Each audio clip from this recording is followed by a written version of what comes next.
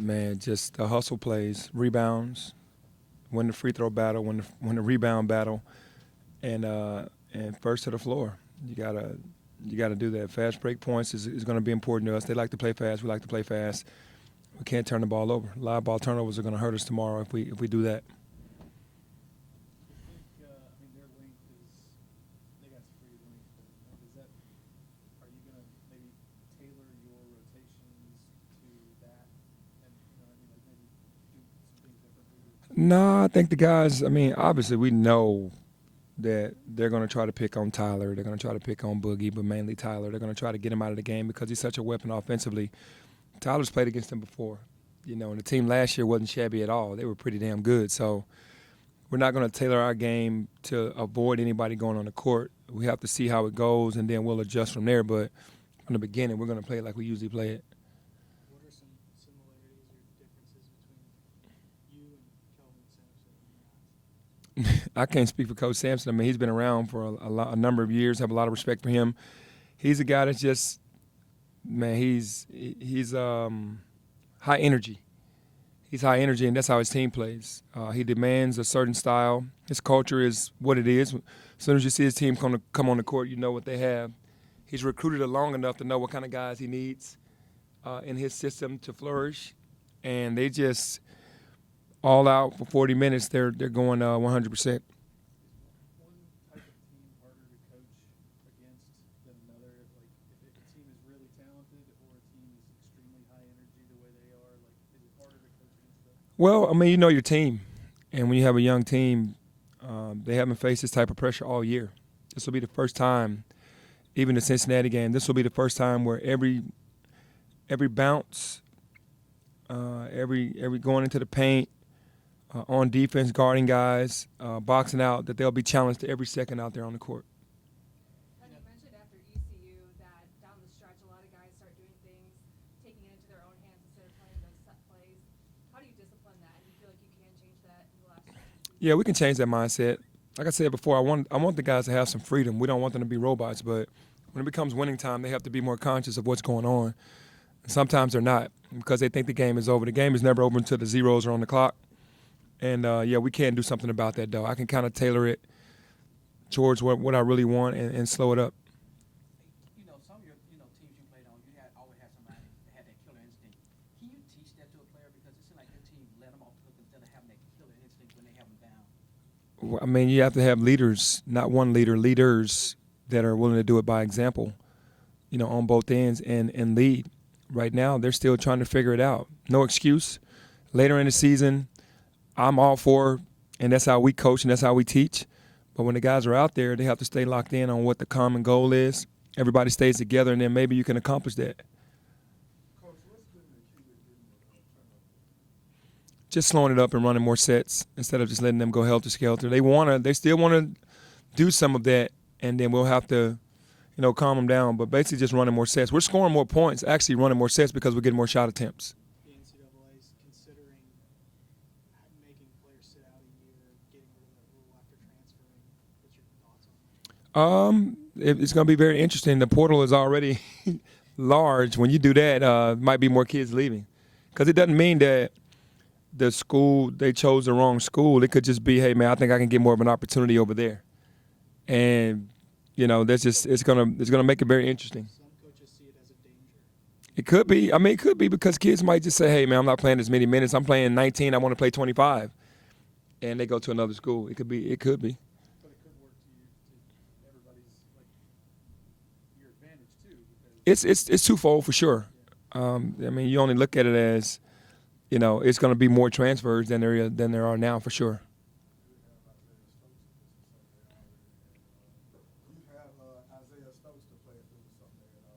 Yeah, that would have been great. Stokes being a bruiser and physicality, something that we don't have on the team, that would have been awesome.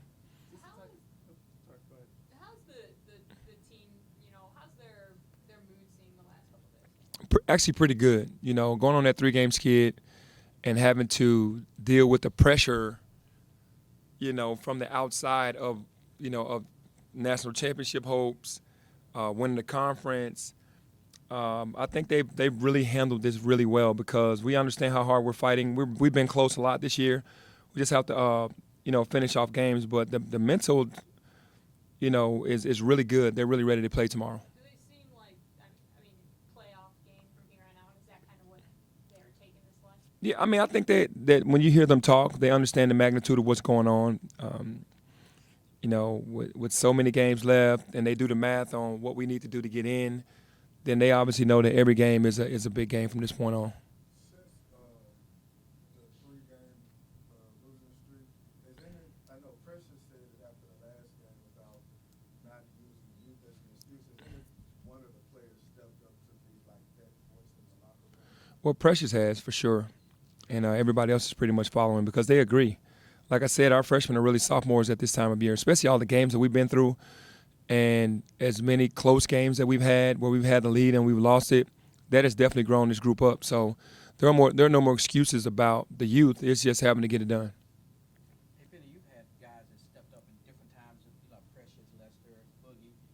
What can be done for maybe all of them at the same time clicking? Yeah, I think they just have to relax. I think everybody anxiety just kind of kicks in at the wrong time, and then they start to feel pressure, and they all try to start doing too much instead of just relaxing and trusting one another. I think that's just trust. I think they're starting to do that more so that all of them can have a good game at one time instead of one or two. You talked before about when guys can't play, they see the game differently from the bench and they learn stuff.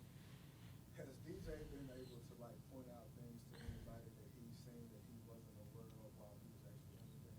Yeah, well, he's definitely seeing things way differently, and he has expressed that to me, that he sees where he needs to move more without the ball, how he needs to crash the glass more, how important that is. The game's slowing down, and he's seeing things for what it was. When defenses look like it's like gridlocked, it's really not. There's gaping holes. So he's starting to see all of that now. When you're young and you're going fast, you miss a lot of things. Now things are slowing down for him. Pull his teammates aside and tell them. Yeah, and then tell them what he sees. Yep. You said you want to win out. You don't want to put the pressure on them, but you view it as you need to win out.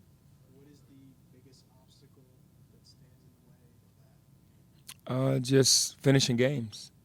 I think we put ourselves in position the last 4 games. We won 1 out of the 4, but we could have been 4-0. We had a really good game at Cincinnati, let one get away against South Florida, but still had a chance to win. Lance goes out and Precious goes out, and we can't finish the game with a big. And, at UConn we had the game. So it's not like it's been blowouts every game and everybody looks like they've lost their hope. We're fighting, and everybody knows that we need to win. It's not pressure. It is what it is. When you're on this level, and it's this time of year, a lot of teams around the country are like, all right, we want to win out going into the tournament. That's not the pressure up. If we don't, we're going to fail. It just is what it is in a high major college with a high major schedule. You want to win out. Was there anything at the end of that ECU game when you guys, they did tie the game up, and then you guys did make some big plays down the stretch? Was there anything that was different in your mind when you watched it from those previous 3?